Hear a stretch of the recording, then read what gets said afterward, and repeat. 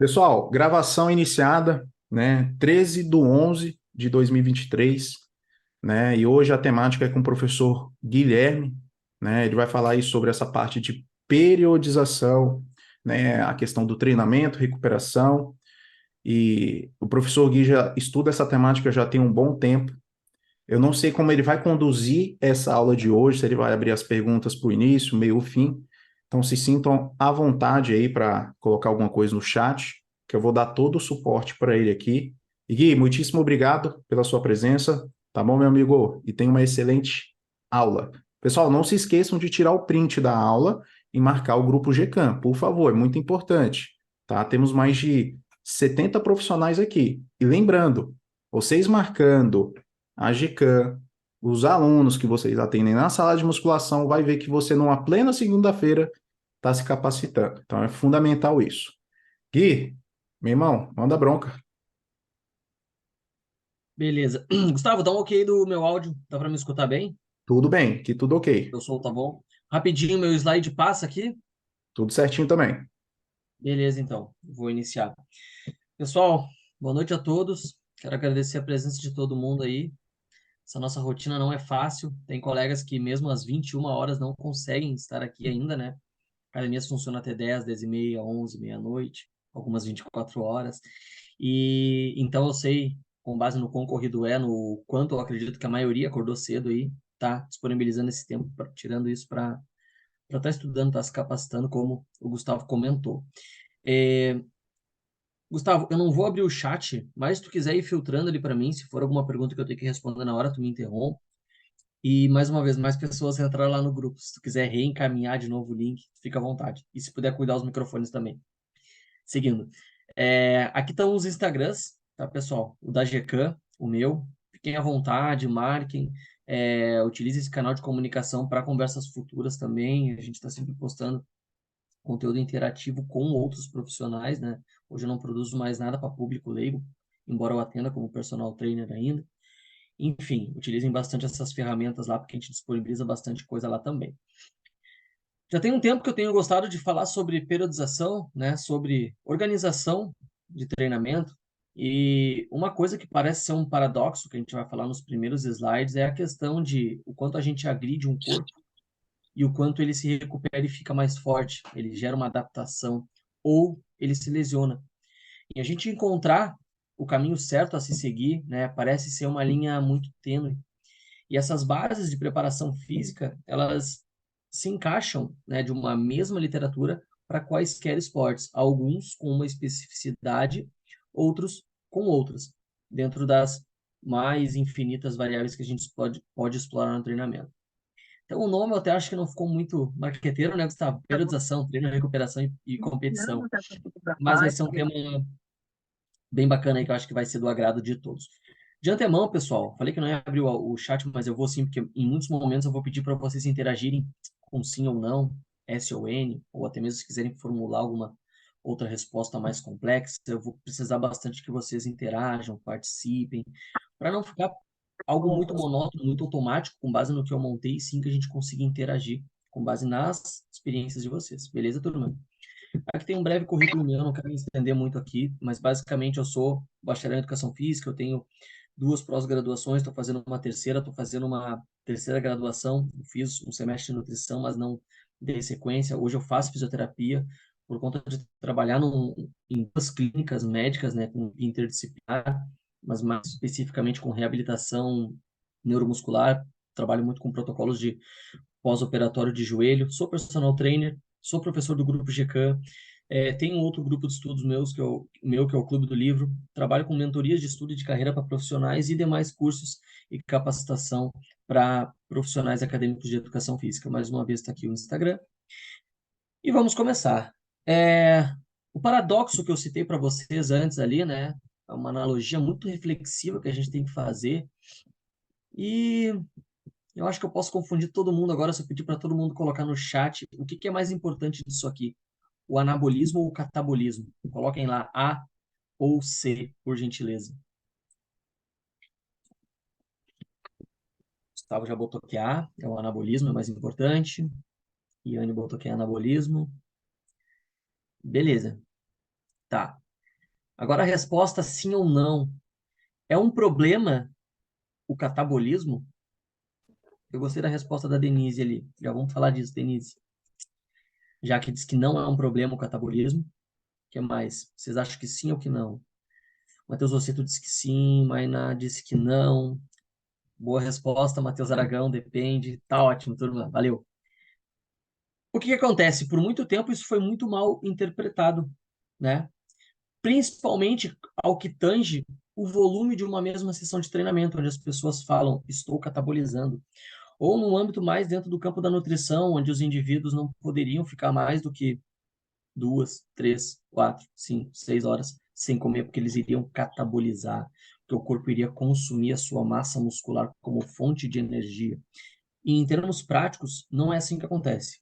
Tanto nessa parte nutricional, que eu nem me arrisco, nem me atrevo a falar sobre isso, mas principalmente na parte de treino.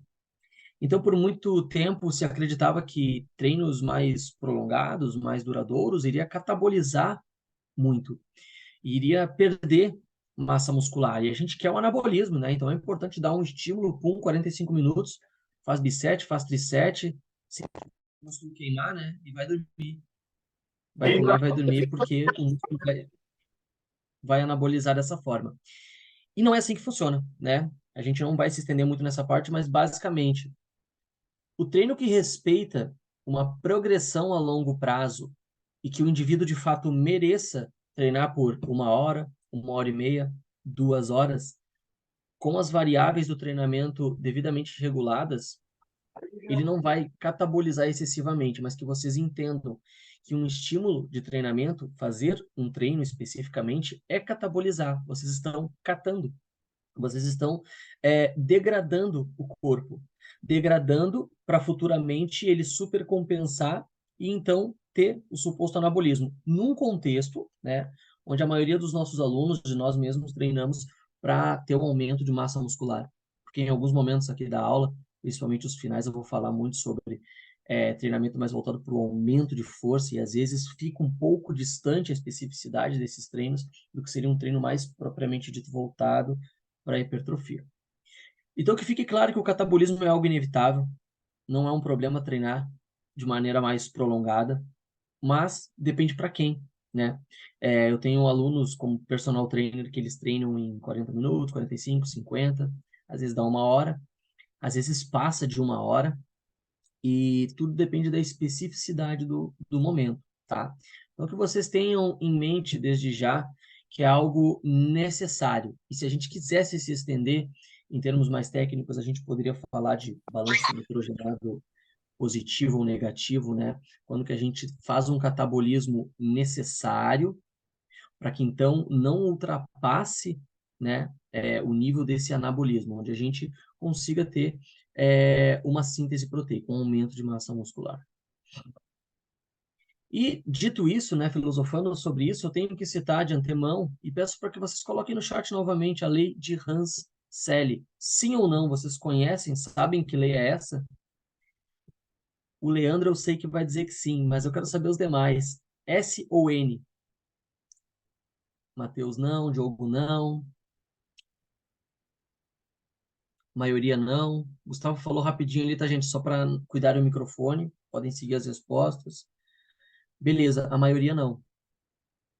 Leandro nem se atreveu a botar assim, né? Mas tranquilo. Leandro é meu aluno da faculdade, gente. Eu falei disso, eu mostrei uns trechos dessa aula. Aí, ó, no último encontro no Matheus Rosseto. Show. Tá ótimo. Beleza. Hans Selye era um pesquisador que trabalhava com ratos, né?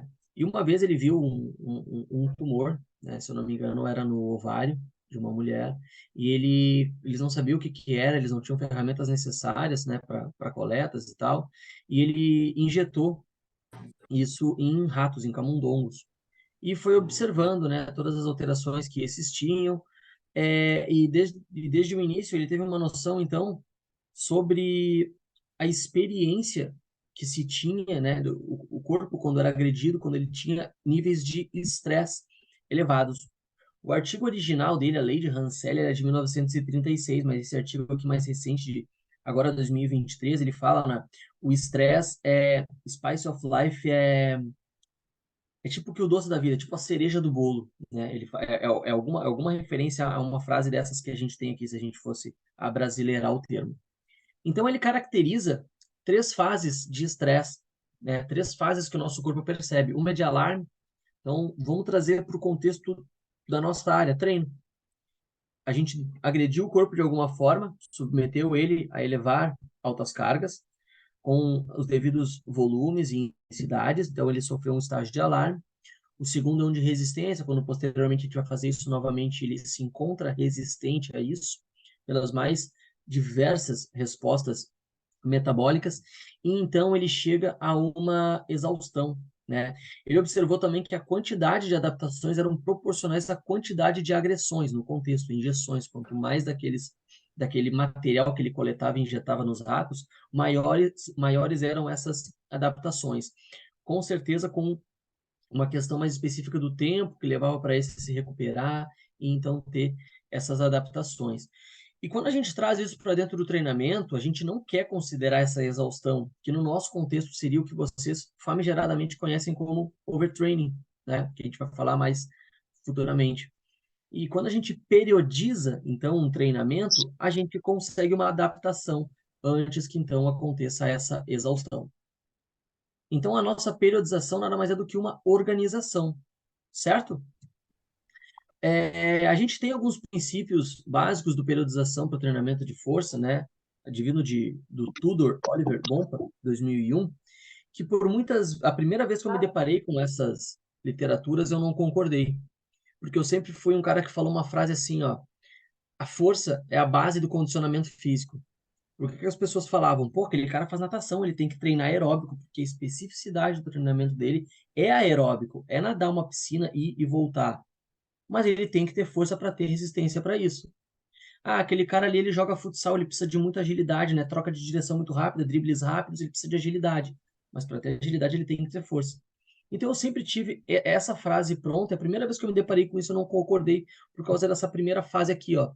E a segunda também, desenvolva flexibilidade articular, desenvolva a capacidade dos tendões de suportar tensão. E eu pensava no contexto de alunos que eu atendia na sala de musculação. Como assim?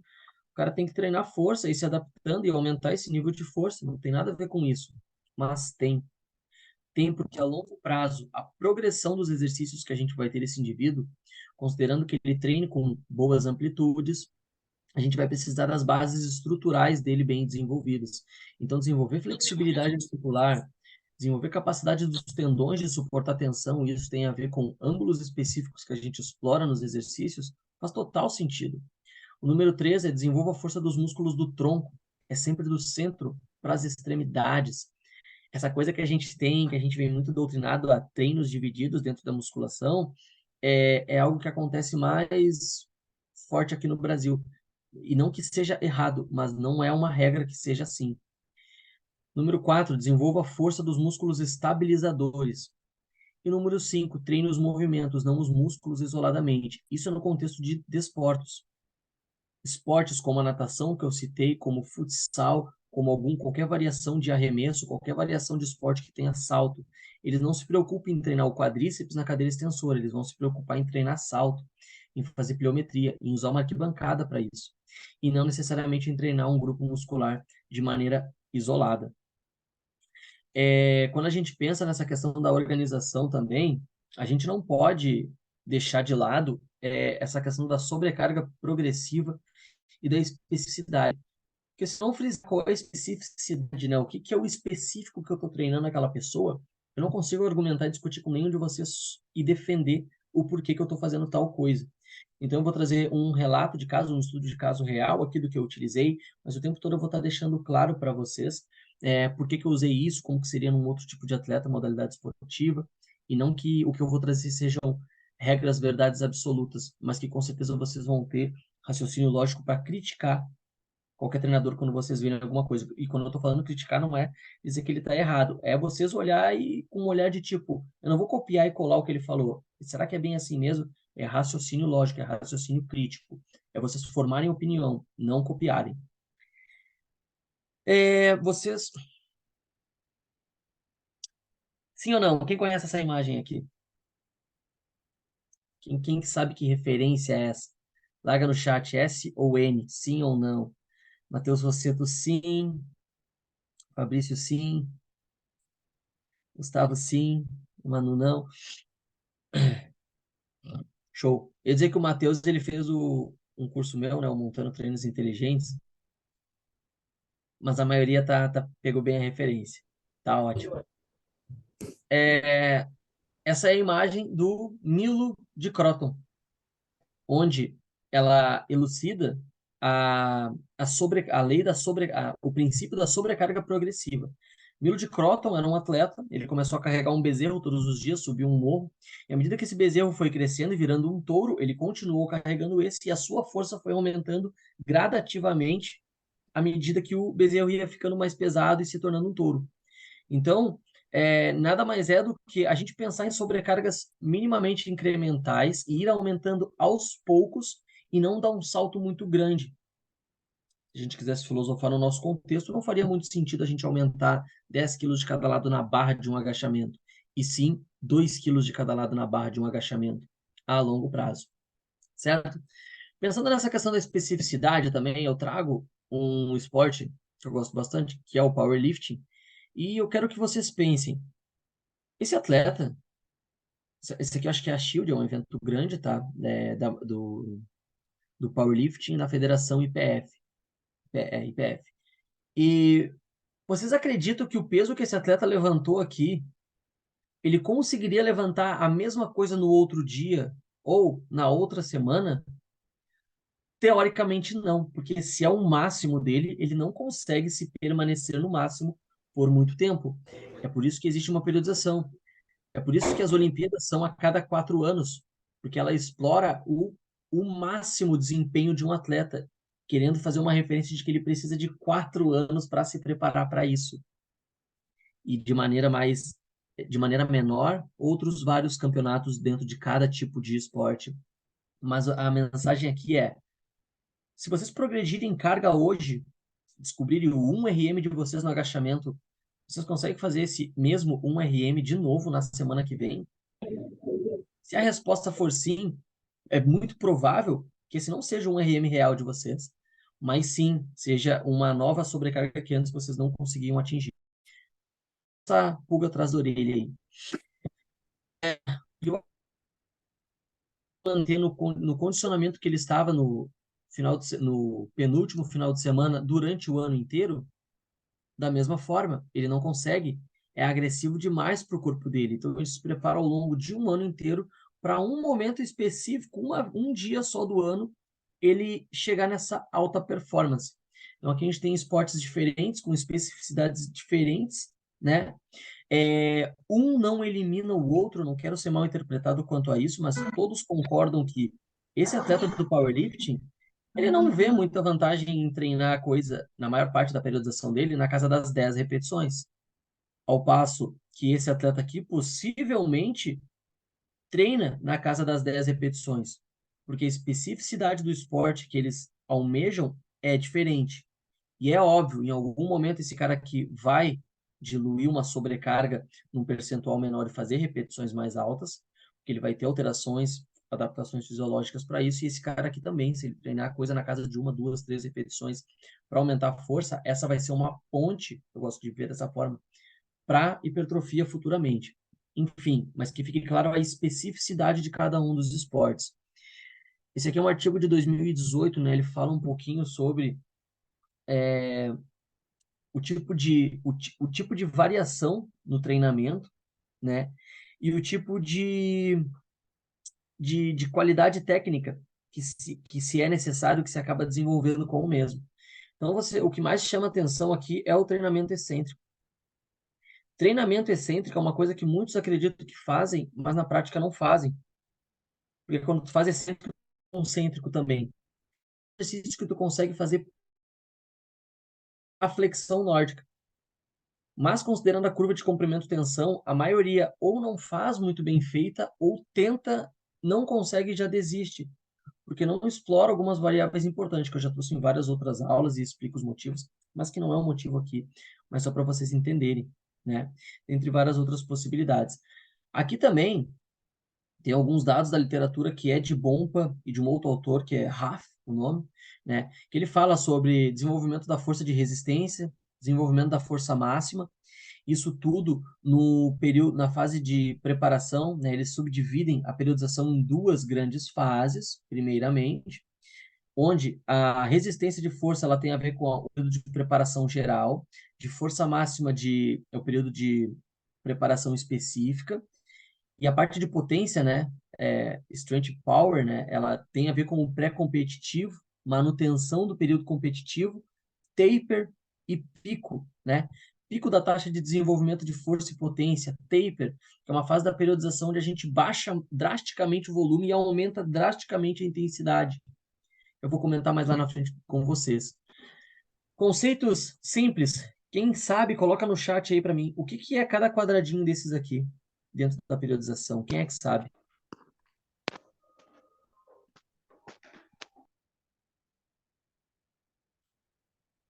Fase de adaptação. É outro nome. Outro nome, Manu. Ah, o Fabrício colocou. Perfeito, Fabrício. Estima-se, valeu, Fabrício, estima-se que um microciclo ele seja aproximadamente uma semana. As literaturas resumem dessa forma, mas nada impede que um microciclo seja composto por 9 dias. Porque quando começaram a estudar essas fases do treinamento, se eu não me engano, ainda não existia o calendário que a gente usa até hoje. É uma história assim. Mas é aproximadamente isso. Um microciclo é uma semana, um mesociclo são aproximadamente 4 semanas ou 4 microciclos. E um macro, aí ele pode variar, tá? De 1 ano até 2 anos. E aí isso depende muito de treinador para treinador, quando, por exemplo, vai treinar um atleta para as Olimpíadas. Eles estão preparando o atleta em 4 macrociclos ou 2 macrociclos. 4 macros de 1 ano ou 2 macros de 2 anos cada. É uma questão que, se a gente for discutir, não nos leva em muito lugar, mas só para vocês saberem essas divergências na literatura, para quando vocês forem ler, vocês saberem que, ó, um autor pode estar falando dessa forma, mas outro autor pode falar de outra. E aqui, ó, vocês têm a quantidade de carga. Então, a altura desses quadradinhos é a quantidade de carga. Quem já está um pouco mais ambientalizado com o tema periodização, que tipo de periodização é essa daqui que está sendo demonstrada na tela? Alguém saberia me dizer? Se não souber, não tem problema. Alguém saberia?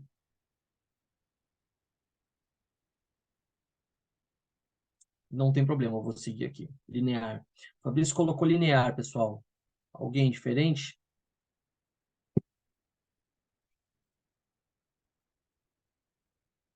Não tem problema, tá ótimo. Fabrício, obrigado mais uma vez. Isso aqui é uma discussão complexa, tá, gente?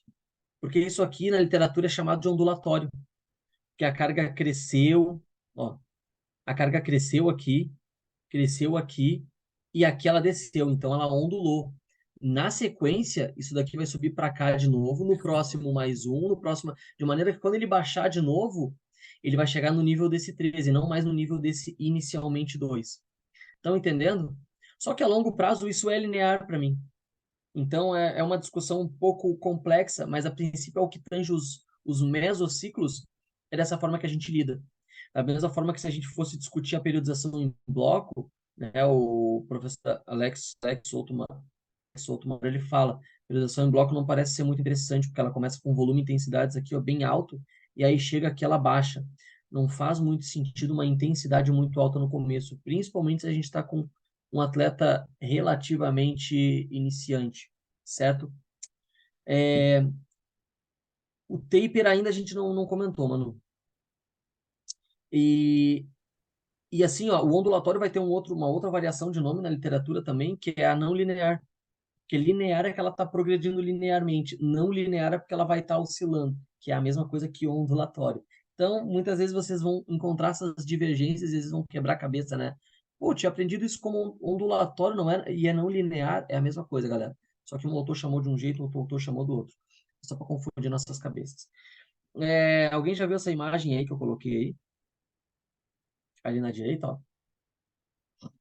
Isso aqui é uma revisão, um artigo de revisão de 1988 sobre as adaptações neuromusculares, tá?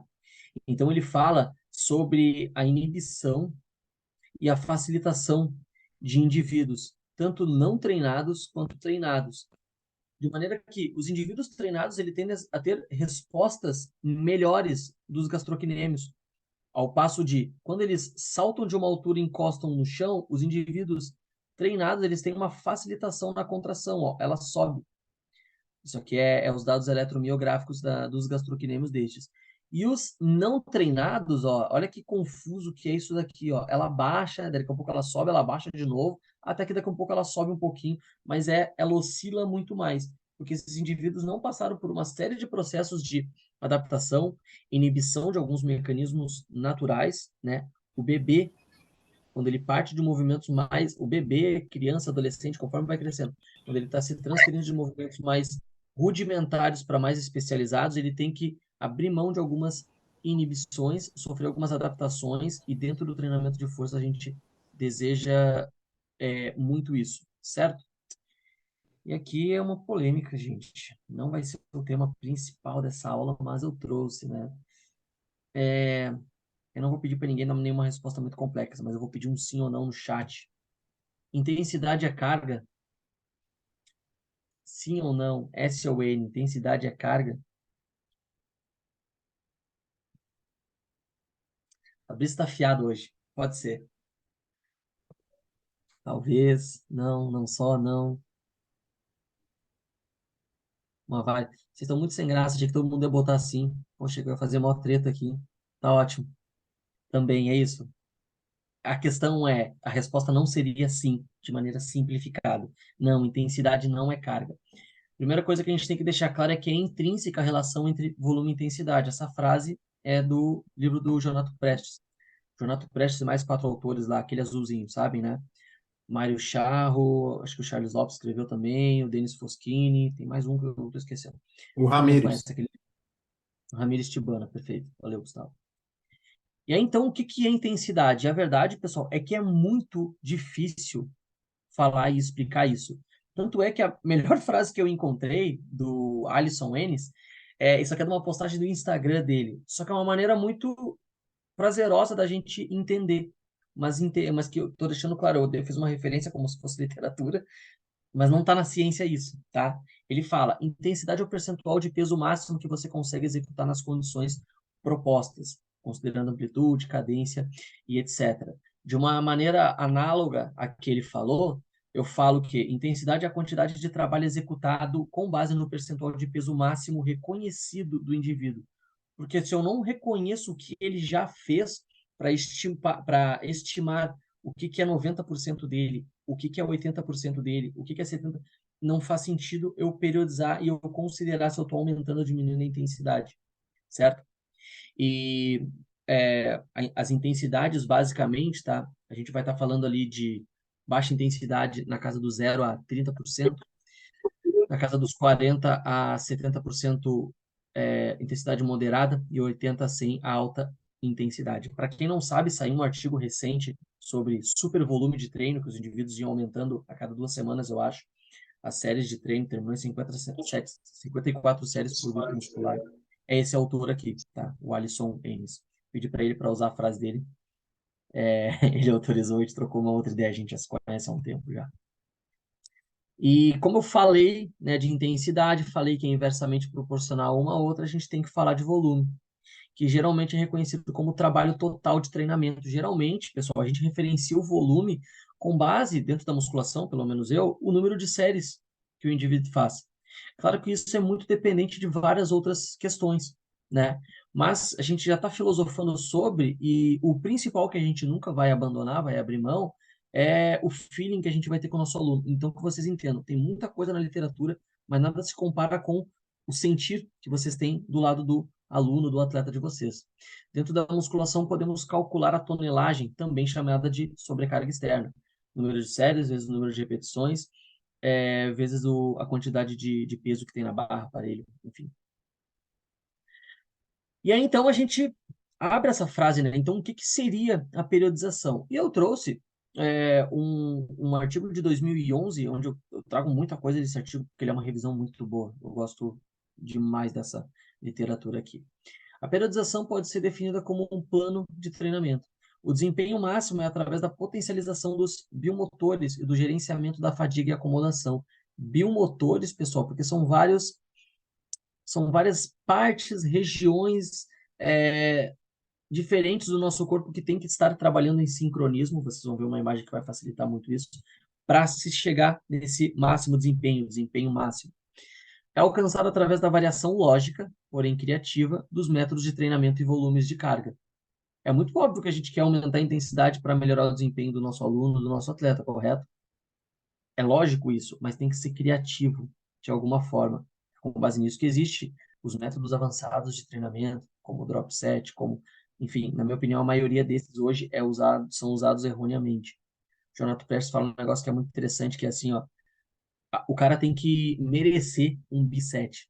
Então, B7 é bobagem? Na maioria dos casos, eu diria que sim. Na maioria dos casos, é passado para o aluno ter uma sensação subjetiva de esforço, de cansaço, de queimação muscular, mas que não reflete um real resultado que ele vai ter posteriormente a isso.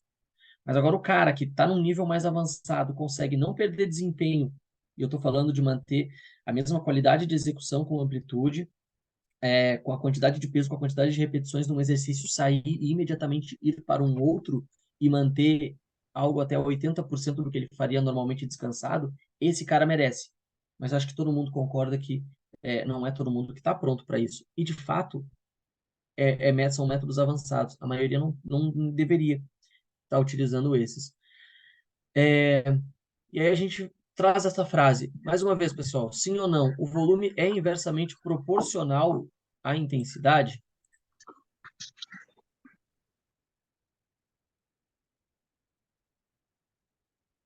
Sim ou não? Matheus e qualquer outro que tenha pergunta, pessoal, mandem no final, por gentileza. Gustavo botou que sim, o volume é inversamente proporcional à sobrecarga. O Edson disse que não. Pode mandar, pessoal, S ou N. Sim, Denise sim, Clara não. Sim. Ó, é a primeira resposta que tá bem empatado, né, gente? Tá bem empatado entre sims e nãos. Tá ótimo. Gostei. Tá todo mundo bem autêntico, então, né? Ninguém tá seguindo a resposta dos colegas. Vamos lá.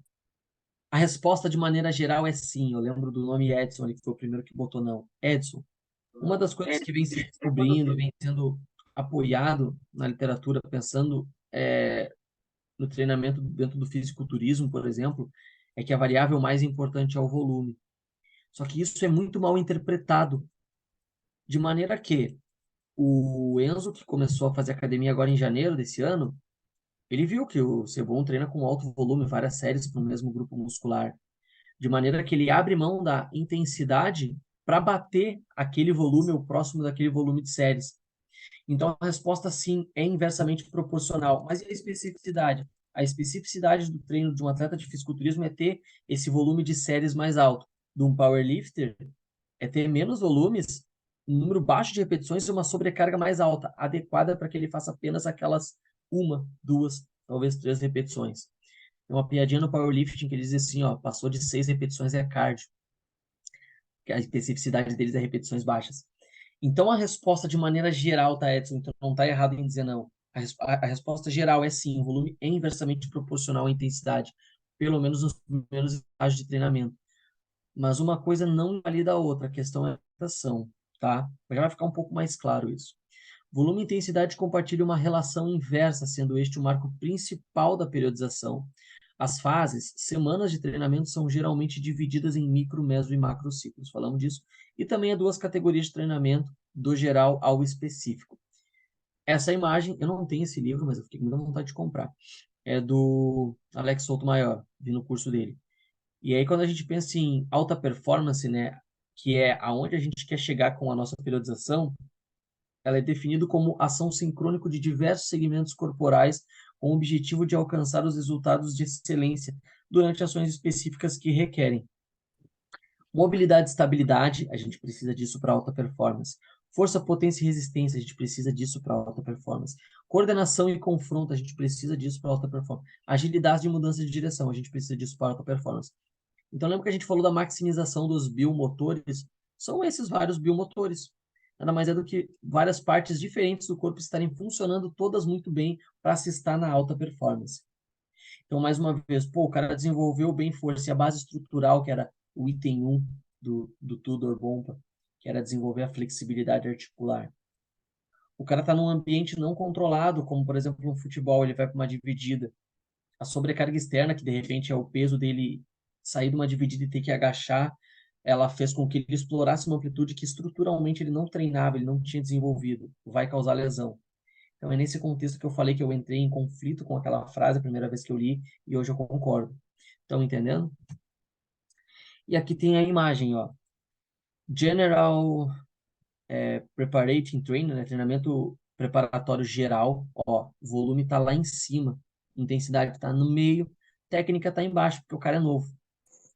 À medida que o volume vai baixando, a gente já está na parte do treinamento específico da modalidade que seja, a técnica está aumentando, a intensidade está aumentando, aquela se cruzam. E no estágio competitivo, a técnica já está mais alta, né? O cara já está muito melhor, já está fazendo isso há mais tempo. A intensidade já está mais lá no alto e o volume já está lá embaixo. Ele já está treinando menos volume, embora seja uma relação intrínseca entre essas duas variáveis, mas vamos supor a quantidade, e na musculação fica fácil de ver isso, porque é o número de séries, ela já está mais baixa, certo? Aqui é uma tabelinha falando da mesma coisa que a gente disse, ele tá a referência que a gente viu de Bump e Raff. Esse aqui é o artigo, esse aqui é o nome do autor e o ano. Eu recomendo fortemente esse artigo. Eu trouxe muita coisa dele e ainda assim tem muita coisa que eu não trouxe, mas ele é muito bom. E aí, quando a gente pensa na periodização e aqueles exemplos que eu dei lá no começo para vocês, né? Por exemplo, o powerlifter consegue ficar levantando o máximo dele todos os dias, toda semana, todos os meses.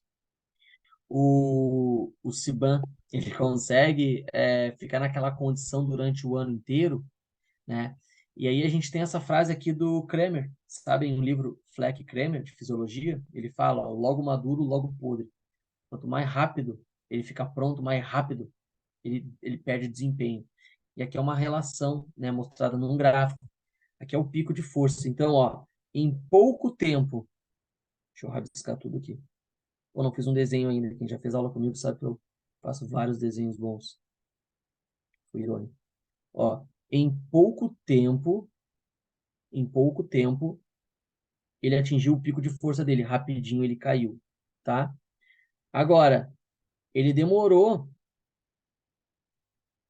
Meu Deus, cadê a caneta? Aqui. Agora, ó, ele demorou um pouco mais para chegar no pico. Ela durou um pouquinho mais, mas também já caiu.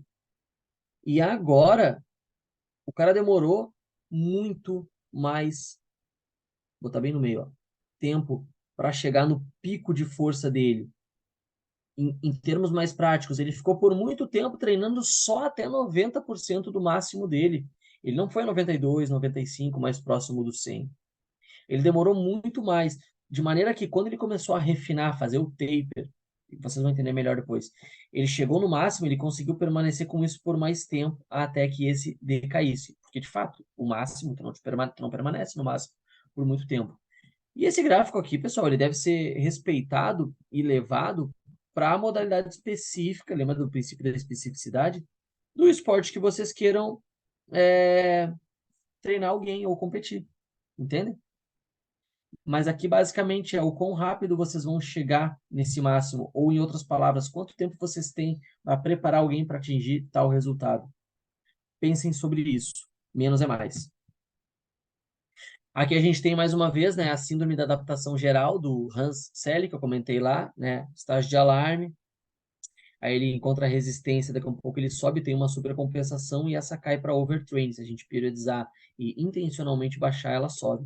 E um modelo exemplificando que uma periodização ondulatória casa muito bem com a síndrome da adaptação geral de Hans Selye, né? Esse aqui também é do livro do Tudor Bompa. E aí, pessoal, existem outros fenômenos, né, para explicar as adaptações que o nosso corpo sofre. Uma delas é a teoria da adaptação estímulo-fadiga-recuperação. onde a gente dá um estímulo de treino, o fitness aqui nada mais é do que tipo um condicionamento. Ele foi lá em cima junto com o treino, ele começa a baixar. Da mesma forma que a fadiga, ela foi. Aqui é o mesmo estímulo, tá? Ela subiu tanto quanto esse nível de condicionamento e ela começa a baixar. Ela chega, a gente descansa antes dessa preparação, ó. E ela chega lá. Quando a fadiga cessa, ela atinge essa linha aqui, é que a gente sofre a suposta adaptação. A gente adquire o, o condicionamento que a gente treinou para isso. Em termos mais práticos, a gente vai chamar isso de adaptação residual. Em outras palavras, entendam a história da memória muscular. Vocês pararam de treinar por um tempo, quando voltaram, vocês ainda têm um certo condicionamento, entendeu? Então acontece da mesma forma. Chamado de teoria da adaptação, estímulo, fadiga, recuperação. Claro isso? Aqui fala sobre a gente, ó, o acúmulo. Existe a fase acumulativa, eu usei isso em periodização já. O acúmulo de fadiga resultante da execução sequencial de sessões de treinamento semelhantes, ou seja, uma carga concentrada principalmente unidirecional, significa a mesma especificidade do treinamento sendo mantida a mesma, de treinamento de força ou potência, é sobreposto um ao outro. Eu vou levar para o powerlifting de novo. O cara treinou agachamento todos os dias no último microciclo de treino antes da competição. Então, ó, strength, exercício de força, pum, de novo, ó, preparação aeróbica, ela ficou baixa porque, né, era leve, mas a preparação de força, ó, ela foi aqui, ela não tinha se recuperado, ele treinou de novo, ela baixou mais ainda, mas ela sofreu a supercompensação até atingir uma nova recuperação. Teoricamente, é aqui que a gente queria que a competição caísse. E a teoria da adaptação geral do Hans Selye e essa teoria da adaptação estímulo, fadiga, recuperação, elas meio que vão, meio que tudo é a mesma coisa, mas elas vão meio que contra a musculação clássica que a gente utiliza, porque essa seria o paradigma de adequação fadiga, onde ele fala para tu treinar uma variável e no descanso dessa tu treinar outra, ou em outros termos, fornece o princípio básico para programas de hipertrofia que incorporam intervalos de 3 a 5 dias e treinamento simultâneo envolvendo exercícios aeróbicos e de resistência. Ou, em outras palavras, treinou peito hoje, treina perna amanhã, porque o peito vai estar se recuperando, depois no dia costas, porque o peito vai estar se recuperando, no outro dia um outro de perna, porque ele vai estar quase bom, até que no próximo, pum, ele está melhor, já consegue repetir esse grupo muscular. Claro que com vários adendos, mas de maneira resumida seria isso. Então, a gente tem esses três fenômenos aí, apenas esse último aqui é o que a gente vem mais doutrinado há muito tempo, desde a primeira vez que muitos de vocês provavelmente entraram numa sala de musculação, é o que faz mais sentido. E é o que eu tento trazer, né, e mostrar para a galera que pode ser o contrário. E o melhor exemplo disso é as adaptações que a gente tem do treinamento de força, o indivíduo iniciante tem. A gente não almeja que ele treine com uma intensidade alta de maneira que ele precise descansar no outro dia. Não, ficou dolorido, ou é porque a gente se passou no peso utilizado, no volume utilizado, ou é porque ele era muito sedentário e foi inevitável ele ficar dolorido, mas a gente não quer dor muscular de início tardio no começo do treinamento.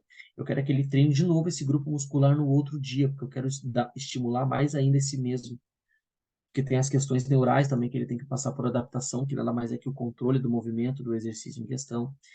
Enfim, que vocês visualizem algumas modalidades esportivas sem o âmbito que vocês estão mais doutrinados da musculação, de treinos divididos e outras possibilidades. E aí a gente tem o fenômeno overtraining, que muitos dizem não acontecer, não existe. O que existe é o overreaching. E isso também é muito confuso na literatura. A interpretação que eu... Ambos são a mesma coisa. É a queda do desempenho. O indivíduo não está conseguindo dormir bem, ele não está se recuperando bem dos treinos, ele está em overreaching. Overtraining, eu acho que tem a ver no âmbito físico ao que é uma síndrome conhecida realmente que acontece, que é o burnout, que é um excesso de estresse. Mas no nível físico seria o overtraining. Mas os caras dizem que o overreaching é algo que, quando se percebe, baixa intencionalmente as intensidades e volume de treinamento para o indivíduo se recuperar e depois voltar. E essa daqui é uma das primeiras modalidades que Verkhoshansky trouxe, né? Onde ele fala de acumulação, restituição, acumulação, restituição. Verkhoshansky é um dos grandes nomes da periodização do treinamento, tá, pessoal? Verkhoshansky e Medvedev era pau a pau um com o outro. Ô Gui, Falar, a Manuela fez a seguinte pergunta: é o overreach não funcional? Manu, não sei te falar. O que eles dizem é que o overreaching é a mesma coisa que o overtraining, mas é algo que acontece antes desse overtraining. E alguns falam que o overtraining nunca acontece, porque todo mundo tem essas quedas de desempenho no overreaching antes de chegar num estágio mais drástico do overtraining. O que eu percebi é que alguns autores chamam de overtraining o que outros dizem ser overreaching. Então há uma relação confusa na literatura, mas que eu trouxe os dois nomes é, com esse respaldo para vocês discernirem melhor quando forem ler. Show? E voltando. Aí o Verkhoshansky traz essa imagem aqui, mas o principal que a gente consegue extrair dela, a depender da modalidade esportiva que a gente for treinar alguém, eu vou elucidar isso como exemplo, é a fase de acumulação. E que chegamos a ela. Vamos lá. Muito difícil, tá, pessoal? Eu organizar isso para apresentar para vocês. Eu coloquei de uma maneira mais resumida aqui, onde eu falando vai ficar um pouco mais claro e onde eu desejo que vocês anotem perguntas para fazerem sobre no final, caso tenham, para eu conseguir responder melhor. Uma aluna minha vinha treinando força já há algum tempo e teve um campeonato regional numa cidade vizinha aqui da minha, que é a Palhoça, do lado de Florianópolis. E a gente veio se preparando mais especificamente para ela em 5 mesociclos. Quando ela decidiu, Gui, eu teria interesse, sim, então vamos. Não é powerlifting, é monolifting, porque é um levantamento apenas, mas poderia se inscrever em mais de um. Só que não tinha agachamento, era supino e levantamento de terra.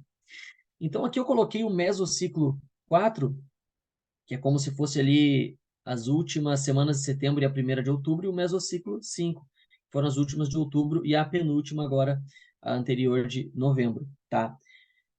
De maneira que aqui tem algumas datas de treinos, né, que eu fui resgatando através de vídeos e tal e mostrando as sobrecargas conforme ela foi progredindo. Aqui eu trouxe uma outra organização, né, micro 1, semana 2, semana 3, semana 4. O que que ela vinha fazendo nessas últimas semanas? Aqui ela já estava numa fase de, tipo, pré-taper. Vocês já vão entender melhor o que que é. Onde ela treinava. Isso aqui como é que é a palavra? Respectivamente, segunda, terça, quarta, quinta e sexta, tá? Então ela treinava terra, supino, terra, supino, terra. Na outra semana, terra, supino, terra, descanso e full, que é supino e terra no mesmo dia. Porque eu queria deixar cada vez mais específico para o dia da competição, do campeonato, onde ela faria tudo. Então, aos poucos, eu fui deixando mais específico com o dia da competição. Segue no micro 3 aqui. Terra, supino, full, sem um dia de descanso. Supino, porque ela ainda estava se recuperando da lombar do terra. E terra na sexta. Micro 4. Terra, supino, terra, supino, terra. Mais um micro sem o full. E aí aqui, ó, micros 1 e 2. Ela fez full com ênfase em terra, full com ênfase em supino, descanso. Full com ênfase em supino, full com ênfase em terra. Descanso no meio. O volume estava baixando para a intensidade aumentar. Eu estava deixando ela cada vez mais próxima dos 1RMs reconhecido dela. E à medida que esse abria margem, eu descobri um RM novo.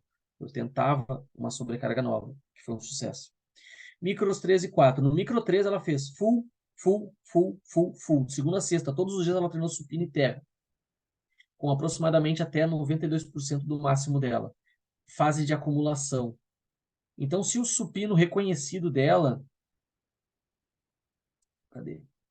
Ó, era 26 quilos ali no dia 26 de dezembro, né? Aqui nessa data, ela estava fazendo 6 séries de uma repetição de 26 quilos, porque já tinha aberto uma margem de deixar claro que ela aguentaria mais naquele supino. Então, é uma fase de acumulação. Tu acumular fadiga com uma intensidade relativamente alta do 1RM reconhecido dela. Na semana 4, pessoal, ela treinou ó, full segunda, full na terça e descansou quarta, quinta e sexta, que é aqui, ó, 8, 9 e 10 de novembro, onde a gente permitiu que acontecesse a supercompensação. Certo?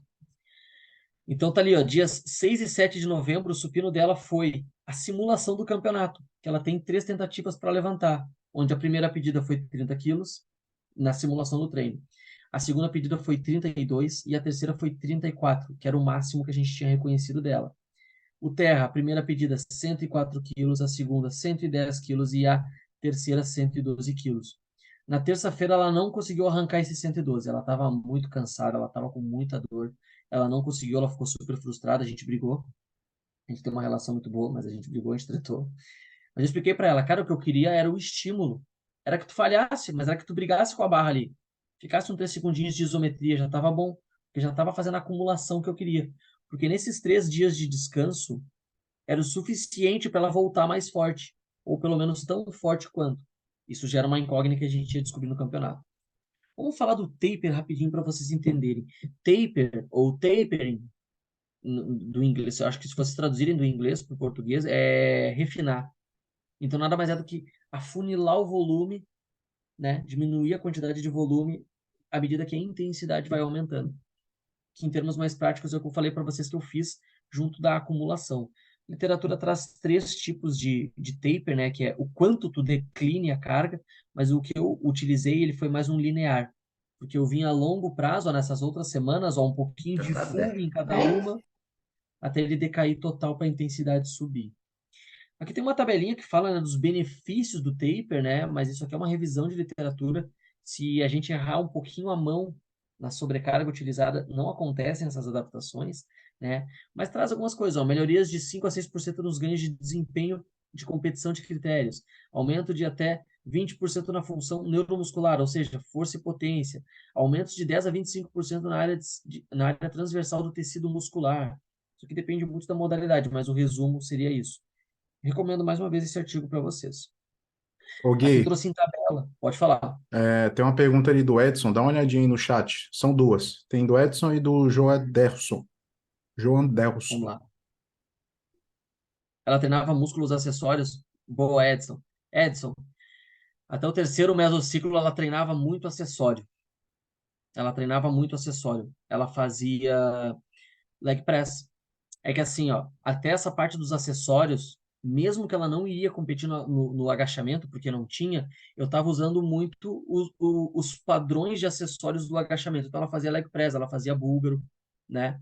É, ela fazia alguma variação de hack explorando mais amplitude, porque no terra sumo, que é o dela, e aí tem essa diferença muito importante nos exercícios acessórios de terra para isso. Ela treinava supino com instabilidades, né? Porque treinava acessório. E ela fazia muito nórdico, tá? Focava muito na cadeia posterior dela. Jo Anderson, os dias de supercompensação é taxativo, porque são sempre 3 dias. Não, muito bom, Jo Anderson. Não são fixamente 3 dias. Tanto é que eu ia treinar com ela na quarta, mas a fadiga estava tão grande que eu decidi, não, vamos baixar. Porque o que que eu pensei? Essa periodização para uma pessoa que começou há relativamente pouco tempo, a gente faz personal há 3 anos. Eu sempre fui fã dos levantamentos básicos e incremento um pouquinho num treino ou outro, com um perfil de treino mais voltado para hipertrofia. Quando ela decidiu que queria, a gente tinha 5 meses. Querendo ou não, é pouco tempo, né, para uma pessoa se preparar. Então eu pensei, eu não vou conseguir atingir o nível de intensidade alto que eu gostaria, porque a estrutura dela não vai aguentar. Então, assumindo que a intensidade não estaria tão alta, ela vai permitir que a gente tenha mais dias de treino. Então, a gente ia treinar, decidiu não treinar. Mas eu participei dessa competição no passado, eu treinei só segunda-feira e descansei os outros 4 dias.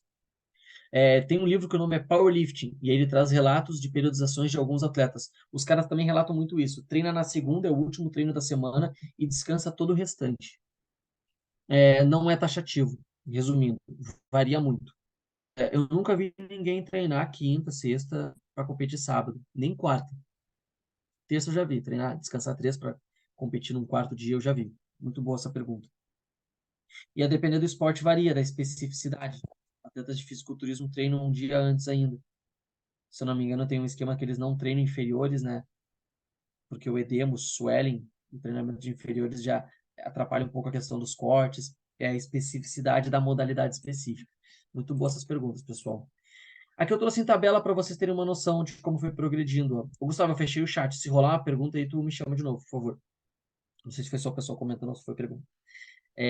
18 de agosto, o supino dela estava em 20 quilos. No dia da competição, batemos 35. No meio termo disso, vocês veem, ó, à medida que ela foi progredindo, 20, 26, 32, 33, 34. O percentual de incremento de carga no supino é menor porque o peso total é menor. No terra é maior. Então, em agosto, o máximo dela estava em torno de uns 92 quilos. 26 de setembro, ela bateu um RM com 100 quilos. No dia da competição, conseguimos milagrosos 116. Tá vendo aqui, ó, 6 e 7 de novembro? Foi a segunda e terça da semana passada, antes dela descansar. Quarta, quinta e sexta para competir sábado. Por que tem um asterisco aqui? Porque os 112 quilos da terça ela não levantou o terra. Mas lembra que eu falei para vocês? Eu queria era o estímulo. Eu queria acumular fadiga. Para que quando eu desse o descanso, aconteceria a supercompensação. Eu vou trazer alguns vídeos para a gente discutir outras coisas. Primeira pedida do supino, 28 quilos. O máximo reconhecido dela era 34, né? Então, botei uns 28 para ela sentir, estrear a ansiedade, primeiramente,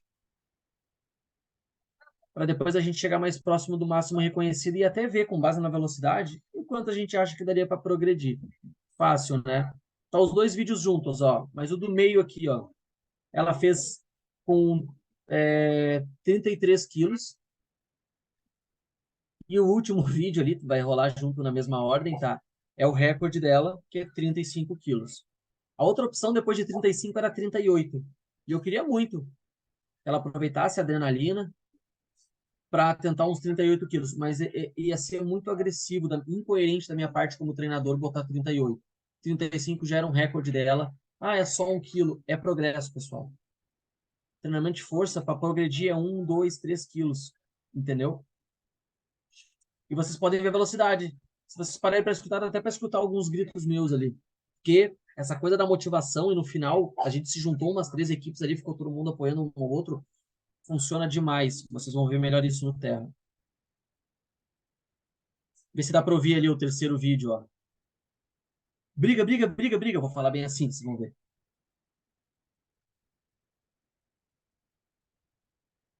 Então ali foi muito no grito. Se não tem aquilo ali, ela parava naquela isometria dela. Vamos pro Terra. Primeira pedida aqui, ó, 103 quilos. Segunda, 113, já foi um recorde, 1 quilo a mais. E aqui 116. Vou deixar rodando para vocês verem um por um uma vez. E olha a técnica do primeiro, muito boa, e dos demais, uma bosta. Mas já vamos falar sobre isso.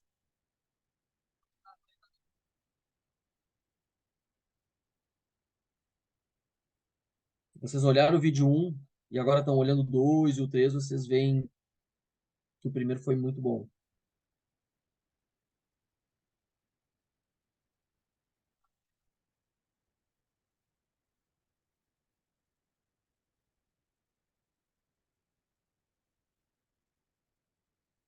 O que acontece? A técnica, pensando no levantamento de peso, nada mais é que a forma mais eficiente e que representa o melhor custo-benefício, pensando na saúde do atleta, para ele levantar uma sobrecarga. O que eu quero dizer com isso? Se ela conseguisse lembrar e sincronizar, de fazer toda a manutenção da técnica, seria mais fácil.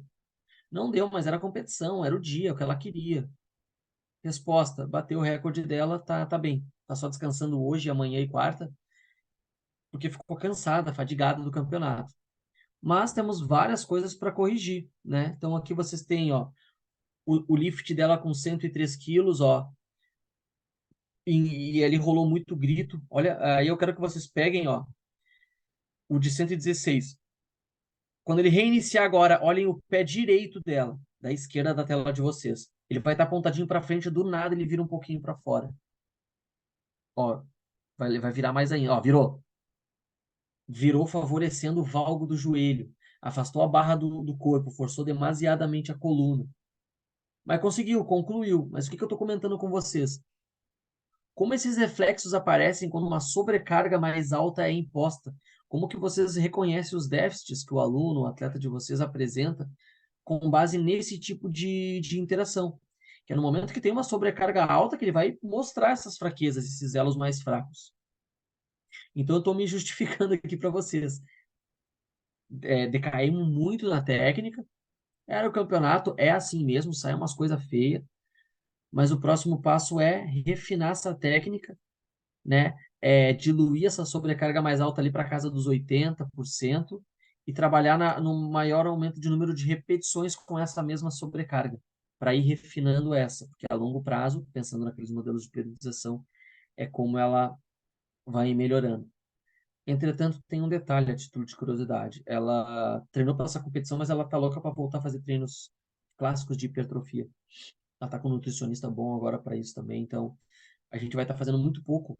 Por exemplo, esse terra aí de competição, onde ela sai com o movimento resetado de baixo, onde quando a gente treina com repetição, eu peço para ela largar, relaxar e resetar o movimento para arrancar, porque não faz muito sentido para mim ela usar o bouncing, né? Aquela técnica de bater a barra no chão.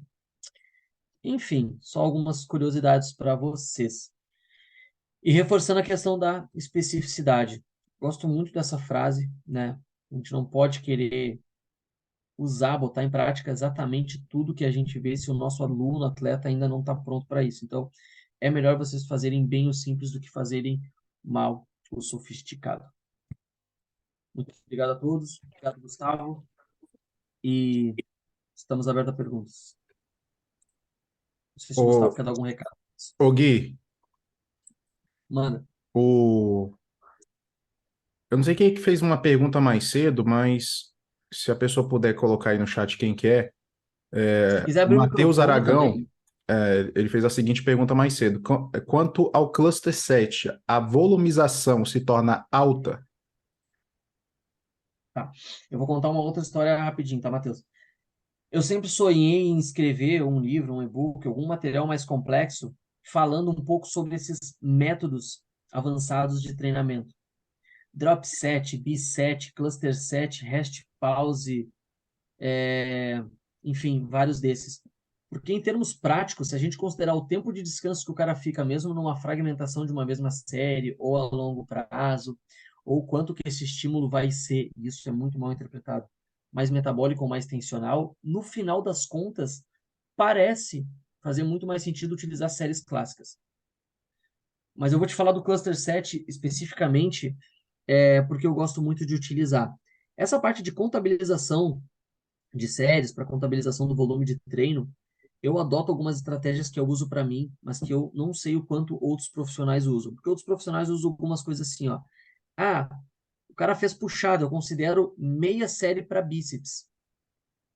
Então, se ele fez 4 de puxada, ele tem 2 para bíceps ali. Eu não considero para um cara avançado. Porque um cara que é avançado, está treinando costas, a especificidade daquilo ali vai ser costas. Ah, mas tem flexão do cotovelo? Tem, mas o cara é avançado, pô, ele tá treinando costas ali. Bíceps vai ser um isolado, um específico para bíceps. Se a gente assume que isso existe, um aluno que tem que subir muita escada no dia, a gente tem que considerar a subida de escada dele para o treinamento de membros inferiores, mesmo que a sobrecarga seja mais baixa. Então tem algumas questões assim. Quanto ao cluster 7, eu gosto de usar quando a gente pensa, por exemplo, o meu aluno travou num leg press, tá? Onde ele faz 3 séries de 10 repetições com 100 quilos, certo? Se eu colocar 120, ele consegue fazer 4 repetições. E aí eu uso o cluster para fazer 4, 4, 4, que vão dar 12 com 120 quilos. Onde 4 repetições ele faz e fica leve, sobra energia para ele fazer mais, mas ele se recupera aqueles 10, 15 segundos para fazer outra, ele fragmenta a série. Aí agora, como é que eu contabilizo essa série? Uma série ou 3 séries? Se a maior parte do treino dele são séries mais prolongadas, um treino com perfil mais de hipertrofia, na casa das 8 a 15 repetições, eu vou considerar uma só. Eu vou considerar uma só. Da mesma forma, e isso eu acho que é muito meu, eu posso ser muito criticado. O drop set. A última vez que eu li sobre drop set na literatura falava o quantos por cento a gente tinha que baixar, né? Era uma margem muito grande, tá? Era coisa de 10 a 50% pode ser considerado um drop set, uma queda de carga para continuar a série. Muito bem, 10%. A maioria de nós aqui, se tiver uma queda de 10%, vai fazer 3, 4 repetições, mantendo as mesmas condições de amplitude. E aí eu penso, cara, eu tô fazendo 3 séries de 10 e a última eu quero fazer um drop set, tá? Se eu baixar algo ali na casa dos 25, 30, 35, talvez até 50% para manter o mesmo número de repetições, ou seja, na casa das 10 que eu faria as outras séries, eu contabilizo como uma série a mais. E quando é que eu utilizo isso bastante? Quando eu quero equalizar o volume, a razão de força dos exercícios de extensores para flexores de joelho. Onde leg press vai ser com dominância de extensores de joelho. Hack vai ser com dominância de extensores. Agachamento, extensores. Búlgaro, extensores. Afundo, extensores. Ah, mas o búlgaro é para glúteo. Não é essa a discussão. A questão é que tem força dos extensores de joelho. E quando é que tem dos flexores? Stiff não é força flexora de joelho. Não trabalha o bíceps femoral curto. Então, quando que trabalha? Mesa flexora, cadeira flexora, nórdico reverso, se fizer flexão em pé. Vocês entendem que são menos opções de exercício para esse? De maneira que, se eu quiser equalizar isso ao longo do treino na semana do cara, eu vou ter que passar 6 séries de cada uma dessas 3 opções. É muito chato, é muito oneroso. Então, é interessante quando eu utilizo um drop set nesses casos. E uma outra coisa que a gente abriria a mão nessa questão da equalização das razões de força para extensão de extensores e flexores de joelho, pensando na saúde articular do joelho, seria onde algumas séries de posterior eu iria mais até a falha, ao passo que as de extensão eu não iria tanto. O número de séries pode ser inferior, mas o estímulo de intensidade, a sobrecarga interna, foi mais alta por eu ter ido até a falha. Enfim, eu assumo que eu não tenho todas as respostas para isso, mas eu lido dessa forma. Mas principalmente considerando isso, a força flexora tá igual à extensora? É de se pensar. Edson, rapidinho. Matheus, te respondi ou viajei muito aqui?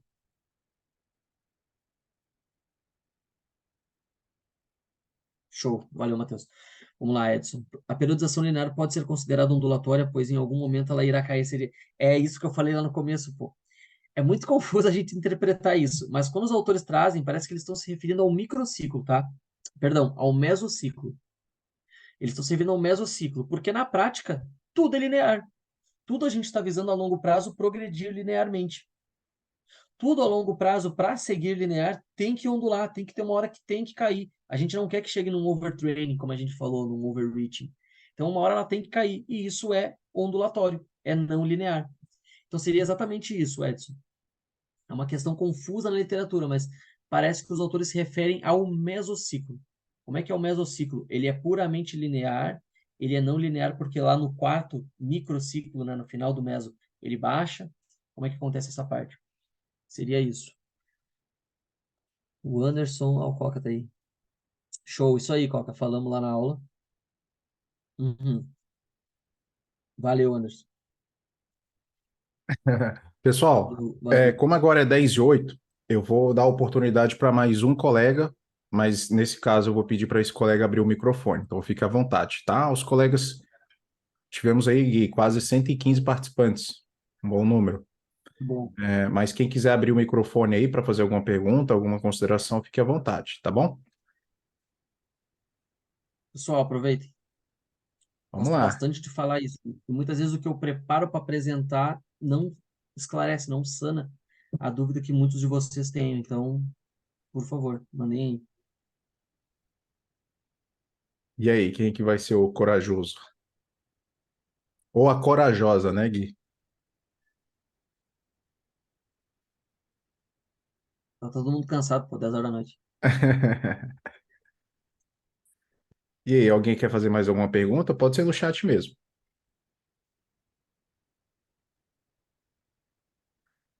Então, pessoal, é o seguinte, só para finalizar, o Fabrício falou, recomendação de artigos ou livros para aprofundarmos. O Gui vai me passar isso, tá, Fabrício? Depois eu passo para vocês com calma. Pessoal, antes de vocês irem, o que que eu vou pedir mais uma vez, tá? Provavelmente vocês tiraram um print da aula, tá? Repostem lá no Instagram de vocês, marquem o Instagram do professor Guilherme e da GCAM, tá? É muito importante essa participação. É, Só para fechar, quem quiser ir pode ir sem problema algum, mas a Daiane fez a seguinte pergunta: o movimento, o movimento cadenciado também influencia no volume? Para mim, Assim, Odai, o movimento cadenciado. O que seria um movimento cadenciado? Até para o Gui realmente entregar uma resposta não, mas mais. eu acho que eu consigo dar um resumão. Nesse contexto do treinamento de força, do powerlifting, Dai, a gente pensa na fase concêntrica muito rápida, porque isso requer maior solicitação neural. Adaptação de força em movimentos mais explosivos, pensando na potência, requer um sincronismo muito mais rápido desses vários motoneurônios para fazer um movimento explosivo. De maneira que a maioria dos powerlifters não valorizam tanto a fase excêntrica. Entretanto, em vários momentos do treinamento do powerlifter, eles utilizam isso. Vamos para um outro exemplo melhor. O terra do powerlifter, ele sobe e larga a barra no chão, ele não valoriza a fase excêntrica. O agachamento, ele é lento apenas o suficiente, e o supino também, ele é lento apenas o suficiente para o cara não se desequilibrar, mas ele quer poupar energia na descida. Quanto mais lento ele descer, mais ele se cansa, correto? Ele quer se poupar, só que ele não desaba. Então ele desce lento o suficiente para se manter equilibrado e poupar energia para essa fase de subida. Uma diferença assim, ó, bem superficial. Uma coisa não exclui a outra. Não me entendam errado. Um movimento. O Valdemar Guimarães falou isso no ENAF aqui em Balneário. Qual é a principal diferença do fisiculturista e do powerlifter? É essa. O powerlifter não valoriza a fase excêntrica. E isso pode ter a ver, principalmente em indivíduos mais avançados, isso pode ter a ver com o aumento mais expressivo de massa muscular. Eu não estou dizendo que quem treina exercícios em zonas de repetições mais voltados para força não hipertrofia. E o contrário é verdadeiro. Quem treina com zonas de repetições mais voltadas para o estresse metabólico, onde ele deseja hipertrofia, aumenta a força também. Mas os dois extremos, a especificidade desses caras, vai ter essas diferenças. E tem um negócio muito bacana que o Walter Krause fala, que é sobre treinamento de força, intenção e consequência, onde ele fala de genética, onde quem é mais responsivo para hipertrofia e quem é mais responsivo para força, onde muitos vão treinar 3 repetições querendo aumentar a força e vão ficar muito grande de hipertrofiados. E o contrário também é verdadeiro. Os caras vão treinar na casa das 8, 12 repetições e vão aumentar substancialmente a força. Dá sim, Matheus. Dá sim, né, Gustavo? Dá sim, depois o Gustavo me paga a hora extra, pode mandar. Professor, seguinte, me surgiu a dúvida quando o senhor falou lá da questão da isometria, que era para segurar mais um pouco, seria pela questão do disparo neural que a isometria fornece diretamente para aquela musculatura que está sendo desejada. E a outra dúvida é o seguinte, em relação ao que se diz de hipertrofia sarcoplasmática e a miofibrilar. Realmente realmente essas duas aí, realmente ocorre ou é só mais como posso dizer assim, mais alguma coisa para encher linguiça, só para enrolar, ou não? Tá. Só me lembra rapidinho, quando que eu falei da isometria? Foi do levantamento terra, quando ela estava para fazer, que você queria Ah, que ela tá. segurasse mais um pouquinho. Tá. Não é que eu queria que ela segurasse mais um pouquinho, mas tem um momento onde o peso é muito alto que tu faz força e tu para em isometria não intencional. É diferente de tu ficar isometricamente segurando algo que conscientemente tu conseguiria empurrar. É inconsciente. O peso era tão alto que ela ficou nessa isometria brigando para então conseguir ascender para a fase concêntrica, certo? De fato, quando tu tá nesse momento, tu tá aumentando, tu tá solicitando, tu tá recrutando novos motoneurônios. Se a gente colocar um eletromiógrafo ali, o sinal eletromiográfico vai aumentar. Mas a maioria desses motoneurônios, os interneurônios 4, eles vão estar entrando em inibição por conta da falha muscular. O primeiro ponto é esse. Qual foi a outra parte da tua pergunta, por favor, Matheus? Foi muito bom, mas eu esqueci. Foi a hipertrofia Ah, sarcoplasmática e a boa. miofibrilar. Tá. A hipertrofia sarcoplasmática, melhor resposta que eu posso dar para vocês, ela parece ser de um perfil mais transitório, temporário. Sabe o pump do treino? é uma hipertrofia sarcoplasmática. Vocês mobilizaram tantos nutrientes, tantos metabólitos para dentro daquela fibra, que ela chamou mais uma galera para fazer toda uma regeneração de tecido e permanece inchada. Na hora, logo após o treino, muito, depois que toma banho o cara fica murcho, né? Tem essa brincadeira, mas nos próximos dias ali fica um pouquinho, pelo menos com a sensação do inchaço, é... mas a longo prazo tu não tem aquilo, porque aquilo é transitório. Entretanto, sabe esse artigo que eu falei do Alisson Ennis? Que os caras aumentavam, acho que era assim, ó, a cada 2 semanas eles aumentavam, não lembro se era 2 ou 6 séries por grupo muscular, onde no final eles terminaram com 54 séries por grupo muscular na semana. Estão chamando de super volume de treino. O Walter Krause falou isso também no congresso do ENAF. Quem usou essa informação brilhantemente foi o Luiz Salles, com o atleta dele, o Vitor Chaves. Num contexto onde ele, de um campeonato para o outro, ele teria pouco tempo. Então, pensando que o cara iria decair e tal, o que ele fez de maneira transitória? O que ele iria se aproveitar de maneira temporária? Era ir aumentando drasticamente o volume de treino, pensando numa hipertrofia mais sarcoplasmática, provavelmente considerando o Vitor Chaves, ele ali que é, Men's Physique no off já é bem definido, né? Provavelmente foi considerando esse contexto. Ele utilizou isso, mas a hipertrofia sarcoplasmática é mais temporária. E a miofibrilar, ela, digamos que ela tem mais a ver com a sobrecarga tensional, ou em outros termos mais simples, que a galera simplifica muito na internet hoje, é o que os caras chamam de treinar fofo. Treinar fofo, treinar mais devagarinho, entende? A galera interpreta muito mal isso. Eu acho que ambos são bem importantes, principalmente na aprendizagem motora, principalmente na correção de déficits motores. Mas a hipertrofia sarcoplasmática, né, o Ragami Alves falou, ele resumiu de uma maneira muito simples, falando que ela é transitória. Foi muito brilhante mesmo, Fabrício. O comentário lá foi exatamente esse.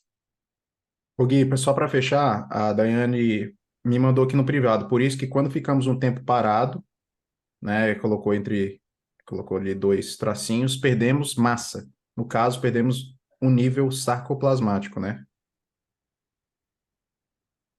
Ahn, eu diria que sim. Eu diria que sim. Mas eu diria que quanto mais tempo o cara ficou treinando, mais essa adaptação, eu falei antes, residual, né? Faz sentido, né? Um cara que treinou durante 10 anos sem pausa, a hora que ele parar por um ano, ele vai estar muito melhor do que muitos que treinaram durante um ano e pararam, entendeu? Um mês. Tem mais a ver com as adaptações residuais. Mas seria isso, sim. Pessoal, é isso então. Amanhã eu acordo cedo, eu viajo, então eu vou ter que me despedir aqui, só reforçando que essa aula ela vai ser colocada no YouTube até as 23 horas, tá? O professor Guilherme fica à disposição de vocês ali pelo Instagram. Podem mandar diversos áudios de 1 minuto para ele, que ele vai ter o maior prazer de responder vocês. Pessoal, muitíssimo obrigado pela presença, professor Guilherme. Parabéns mais uma vez pela excelente aula, né? Eu encaminhei um formulário ali no nosso grupo, né, do Congresso, feedbacks muito positivos. Até te mandei o link para depois você dar uma olhada. Pessoal, amanhã aula com o professor Xavier, na sala de musculação, tá? Ainda dá tempo de chamar outros colegas, então fiquem à vontade para compartilhar o evento, tá? Até semana que vem. Então, Gui, irmão, parabéns, tá? Obrigado, gente. Valeu, Gustavo. Valeu, tchau, tchau, pessoal.